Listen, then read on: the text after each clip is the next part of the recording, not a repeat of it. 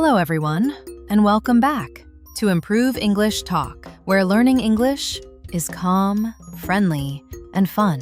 It feels so good to be here again, speaking slowly and helping you enjoy every sound, every word. Hello, Sarah, and hello to all our wonderful listeners. It's great to be here with you and to spend this time together, learning English in a relaxed, comfortable way. Mark, you look really peaceful today. Did you have a nice morning? Yes, I did. My morning was very calm. I woke up slowly, made some warm coffee, listened to a little music, and just enjoyed the quiet. It felt really, really good. That sounds lovely. A slow, peaceful morning can change everything. It helps the mind feel soft, the voice feel calm, and the whole day feels easier. Exactly. And speaking of mornings, and speaking slowly, I was thinking about today's topic, and I felt a little excited. Excited? That's interesting. Tell me, Mark, what's making you excited today? Well, today's topic is something that everyone experiences. It's something simple, something funny, something very human. We're talking about everyday English mistakes, the little mistakes that all learners make, and honestly, even native speakers make them too. Yes, nobody is perfect. I make mistakes, you make mistakes, our listeners make mistakes, and that's okay. Mistakes are a natural part of learning and growing. Exactly. Sometimes mistakes feel embarrassing, but when we slow down and talk about them gently, they become easy, even fun, to fix. Right. And today, we're going to look at real examples of simple English mistakes and how to say things correctly, step by step, with slow, clear, friendly explanations. But before we start, we want to ask all our listeners for a little help. Yes, if you enjoy learning English with us, please take a moment to subscribe to Improve English Talk and click the like button. It truly helps our podcast reach more people who want to learn. And please share this episode with a friend, a classmate, or a family member. We love helping learners, and your support means so much. Thank you, everyone. Now, Mark, are you ready to explore some funny, simple, everyday English mistakes that many people make? Yes, I'm ready. And I think today's examples will make our listeners smile and feel more confident. Wonderful. Let's take things slowly and make this lesson enjoyable for all our beginners. Perfect. So, Sarah, what's the very first mistake we're going to talk about today? I have a classic one, a very, very common mistake, and I think our listeners will recognize it immediately. Oh, really? Now you're making me curious. Haha, which one is it? Well, let's start the lesson with something simple, something fun. So, the first everyday English mistake is a funny one because people use it almost every day without even thinking about it. Oh, that sounds interesting. Haha, what is it, Sarah? Tell us. Okay, here it is. Many learners say, I am agree. Oh, yes. I've heard that many times. I am agree. It sounds close, but it's not correct. Exactly. And the correct way is, I agree. No am, no I am agree. Just, I agree. Right, because agree is a verb, not an adjective, so we don't need the am in front. Yes. So when someone tells you something, and you want to say, yes, that's true, or yes, I think the same, you simply say, I agree. Simple, short, clear. And honestly, it feels more natural when you say it correctly. Let's try a little example. Mark, tell me a sentence, something simple. Okay, learning English is fun. Yes, and I can answer, I agree. Slowly, clearly, no am in the middle. If someone says, this podcast is relaxing, you say, I agree. Yes, I agree. And here's another common mistake connected to this. Oh, there's another one? Yes, many learners say, I am not agree. Yes, I've heard that too. But the correct way is, I don't agree. Exactly. So the correct way to say it is, I agree. And when you want to say the opposite, you say, I don't agree. Many learners make a small mistake, and they say, I am agree, or I am not agree. These forms are not correct. Perfect, nice and clean. And saying it slowly helps beginners hear the difference. Let's practice a small conversation. Very easy, very slow, so listeners can repeat. Okay, I will say a sentence, and you answer with I agree or I don't agree. Ready? Ready? English is important. I agree. Spicy food is delicious. I don't agree. Waking up early is fun.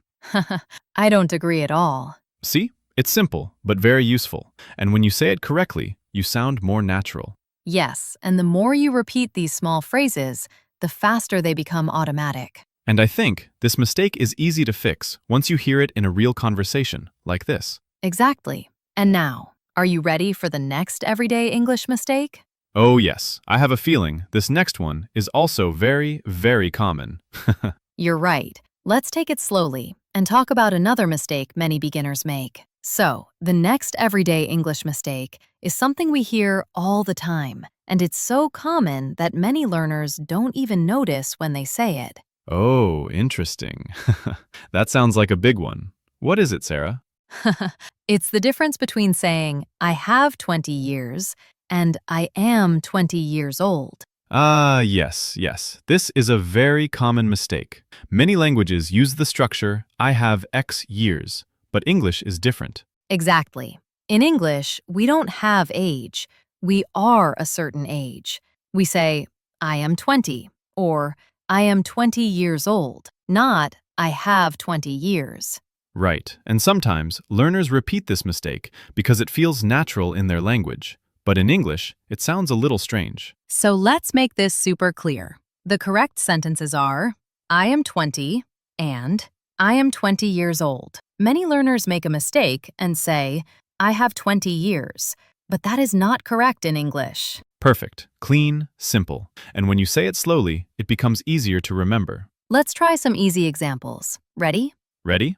Okay, she is 25, not she has 25. And my brother is 18, not my brother has 18. Yes, exactly. It's always am, is, are, never have. You know, Sarah, I actually heard a funny story about this mistake once. Oh, really? Tell me. I want to hear. Okay, so I was teaching a beginner class, and one student proudly said, Teacher, I have 30 years. He said it with such confidence. That's adorable. Did the class laugh? Yes, everyone laughed softly, including him, and then we practiced the correct version. I am 30. He repeated it slowly, again and again, until it felt natural. That's the magic of learning. When you make a mistake, but then you laugh, fix it, and move forward. Exactly, and honestly, mistakes like this help everyone remember the rule better. Let's practice a mini dialogue, very slow, so listeners can shadow along. How old are you? I am 25 years old. And your sister? She is 29. Nice. And your cat? My cat is 4 years old. See? Simple, slow, and natural. Yes, and now our listeners can avoid one of the most common mistakes in English. Great. Now I think we're ready to move to another everyday mistake. Something about questions. Ah, yes, I know which one you mean. This next mistake is also very common. Exactly. Let's talk about it. Slowly, step by step. So, the next everyday English mistake is something we hear in almost every beginner class. It's about questions, and it's a classic mistake. Ooh, yes, questions. I think I know which one you mean. Is it the famous, where you live? Yes, exactly. Many learners forget the word do, and they say, where you live, what you like, where she work, or what he eat. Right, and the correct way is, where do you live? What do you like? Where does she work? What does he eat? Yes, in English, we need do or does to make a correct question. Without it, the sentence feels incomplete. So the rule is simple. For you, we, they, use do. For he, she, it, use does.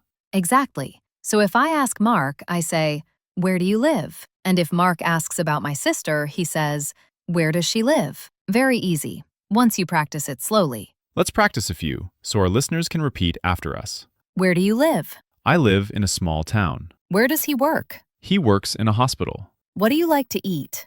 I like to eat pasta. What does she study? She studies English. Perfect. Simple and very useful for everyday life. You know, Sarah, I have a funny memory about this mistake from years ago. Oh, I love these stories. Tell me. Okay, so I was traveling, and I met a very friendly man. He wanted to practice his English, so he asked me, "Where are you from?" Yes, the missing do. Yes, exactly. And I gently said, "Oh, do you mean, where are you from?" Oh no, he didn't change it? And he smiled and said, "Yes, yes, where are you from?" No, he tried, but he kept forgetting. So we practiced together, slowly. "Where are you from? Where are you from?" We said it maybe 10 times. That's adorable. And that's how it works. You practice, you repeat, and finally, it becomes natural. Exactly. And the nice thing is, English speakers are very kind about this. They understand the meaning, even if do is missing. But adding the correct form makes your English sound much clearer. Right. And learners shouldn't feel stressed. These mistakes happen because English question structure is different from many other languages. Yes, and when you speak slowly and give yourself a moment to think, the correct sentence comes out more easily. Let's give our listeners one more helpful tip. If you're unsure, stop, breathe, and ask yourself, do I need do or does here? That small pause can fix the mistake. Beautiful advice, Sarah. Now, shall we move to the next everyday mistake? I think this one is also extremely common. Yes, let's continue, step by step, slowly, so everyone can enjoy learning. So, the next everyday English mistake is something very small, but very common, and it can make sentences sound a little confusing, even though the meaning is clear. Oh, that sounds interesting. Which mistake is this one, Sarah? It's about using very, very much, or I like very much, at the end of a sentence. Many learners say things like, I like pizza very much, or I like English very much. And while it's not totally wrong, it doesn't sound natural. Ah, yes, this is a classic. In English, we usually put really or a lot after the verb, like not at the very end of the sentence. Exactly. So instead of, I like pizza very much, it sounds much more natural to say, I really like pizza, or I like pizza a lot. Right. Just that little change makes the sentence smoother, softer, more natural. Let's make this super clear for our listeners. The natural ways to say it are, I really like it, and I like it a lot. Some learners say, I like it very much. But in everyday conversation, that sounds a little formal and not very natural. Yes, and sometimes learners feel that a lot is too casual, but actually, it's very normal, very friendly, and used every day. Let's practice with some examples, very slowly. I really like music. I like coffee a lot. I really like learning English. I like warm weather. I like warm weather a lot too, but I don't like very hot weather a lot. Actually, not at all. Yes, that's true. And you know, I remember a student telling me, Teacher, I like English very much, but English does not like me. Oh no, poor student. That's adorable. Yes, and the whole class laughed, softly, and I told him, English likes you very much. You just need to talk to it more. That's a great answer, and it's such a good example of how learners sometimes translate directly from their own language. Exactly. And direct translation is one of the biggest reasons behind these everyday mistakes. Yes, because in many languages, the structure, I like it very much, is normal. But in English, daily conversation is lighter, simpler, less formal. Right. And that's why really and a lot sound better for everyday speaking. So, if our listeners remember just this one thing, it will make their English sound much more natural. Yes. And now, are you ready for another common mistake? This one is also something we hear almost every day. Oh, yes, the next one is one of my favorites. It's simple, but fixing it makes your English sound much clearer. Perfect. Let's continue. Slowly, step by step. So, the next everyday English mistake is something very tiny, but it can change the whole meaning of a sentence, and many learners use it without noticing. Oh, now I'm really curious. Which mistake is this one, Sarah? It's the difference between saying, I am boring, and I am bored.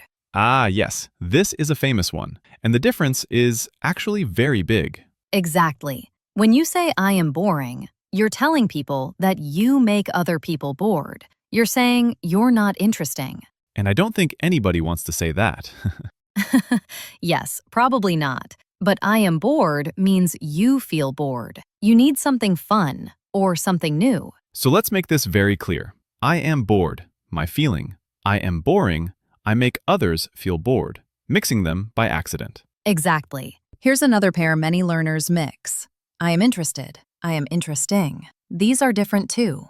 Right. I am interested means you want to learn more, or you care about the topic. I am interesting means you think you are a very interesting person.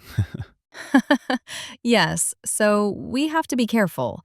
These small ed and ing endings can change everything. In simple words, ed equals your feeling.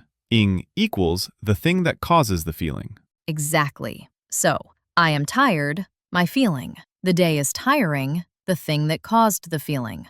Perfect. Let's practice a few, slowly, so our listeners can repeat. I am bored. The movie is boring. I am interested. The topic is interesting. I am tired. The work is tiring. Wonderful. And now, I want to share a little story about why this mistake is so memorable. Oh, I think I know this one. Tell it, tell it. Okay. A student once told me, "Teacher, I am boring today." He wanted to say he was bored, but he said boring, and the whole class tried not to laugh softly. Poor guy. Yes, but it was actually very sweet. I explained the difference slowly, and after that day, he always used I am bored correctly, every single time. That's the beauty of learning. One funny mistake teaches you the rule forever. Exactly. And now, our listeners also know how to avoid this mistake and sound more natural. We've covered so many good ones today.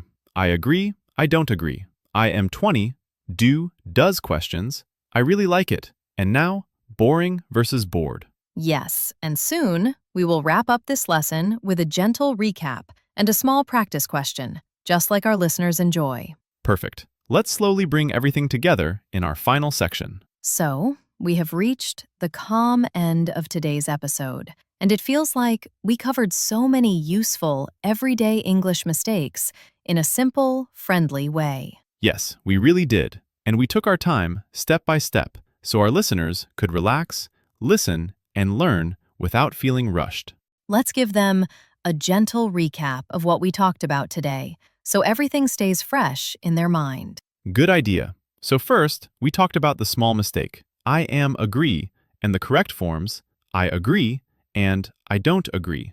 A simple correction, but very powerful. Yes, and then we looked at age and the difference between I have 20 years and I am 20 years old.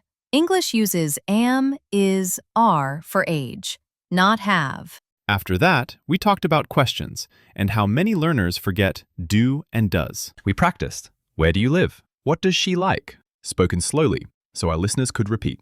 Then we moved on to liking things and how I like it very much sounds formal, but I really like it or I like it a lot sounds natural and friendly. And finally, we talked about feelings with ed and ing words, like I am bored versus I am boring.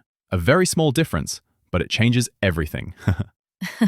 Yes, and now our listeners can use them correctly and confidently. This was such a peaceful episode, and I hope everyone listening feels a little more comfortable with everyday English mistakes.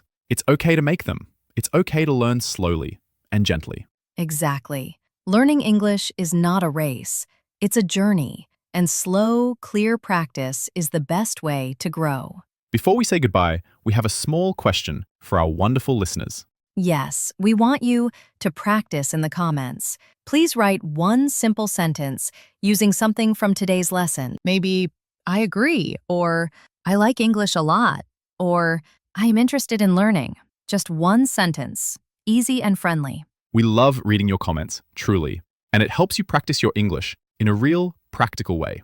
And of course, before you go, please remember to subscribe to improve English talk and click the like button. It helps our podcast grow, and it shows us that you enjoy these slow, calm lessons.